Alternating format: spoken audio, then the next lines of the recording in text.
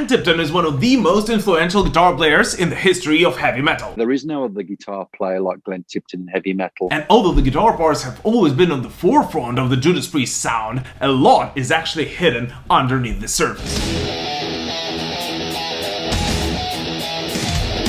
So you know the drill. As always in the series, let's take a look at some of the isolated guitar parts for the legendary Glenn Tipton, remind ourselves how incredible and innovative of a guitar player Glenn Tipton actually is, and then discuss a little something about his playing style throughout the years. Here you go. Yeah, seek him on the highway, never known that he'll appear.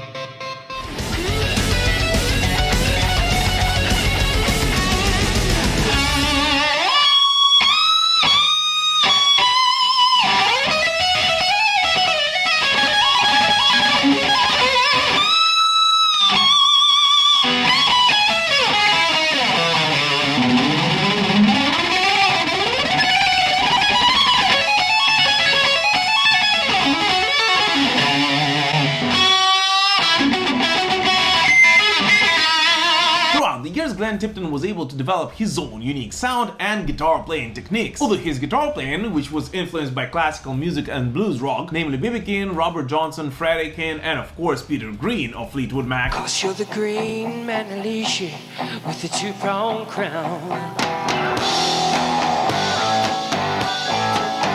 Did change a lot in each decade of his career in Judas Priest. And although we of course can identify that Glenn Tipton and his solos mostly use harmonic minor scales, according to Glenn Tipton himself, he never actually writes in terms of scales and modes, and writes his music by ear and feel, since he never actually took any formal guitar lessons and not even once studied music theory by books or magazines.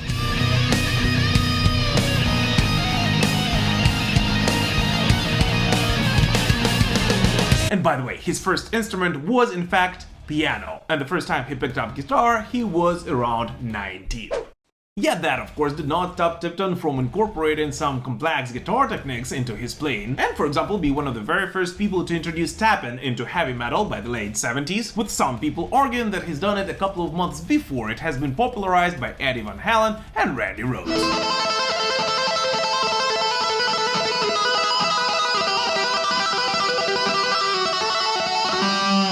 Yet one thing is absolutely clear, that with more than 50 years behind him, Glenn Tipton has never actually stopped working and evolving, giving the Judas Priest fans an opportunity to enjoy the melodic and touchy soloing beyond the realms of death.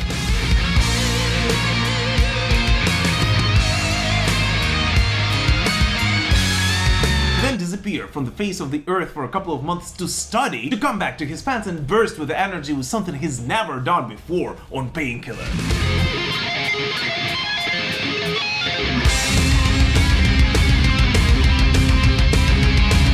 And this of course course allowed him together with KK Downing to create one of the most recognizable guitar sections in the world of heavy metal and shape heavy metal as we know it today. But anyways, what do you guys personally think about Glenn Tipton throughout the years? And which is your personal favorite solo or riff by Glenn? Please let us know in the comments. Write that down, write that down! And just once again, please do not forget that the war in my country is still going on and there are still people dying here every day. So please continue supporting Ukraine in any way you possibly can, including by purchasing Metal Pilgrim merch if you want to rock it at your next Judas Priest show, or in any other way. I'll make sure to leave some links in the pinned comment. Thank you so much for watching this short video, guys, and we will prevail. Slava Ukraini!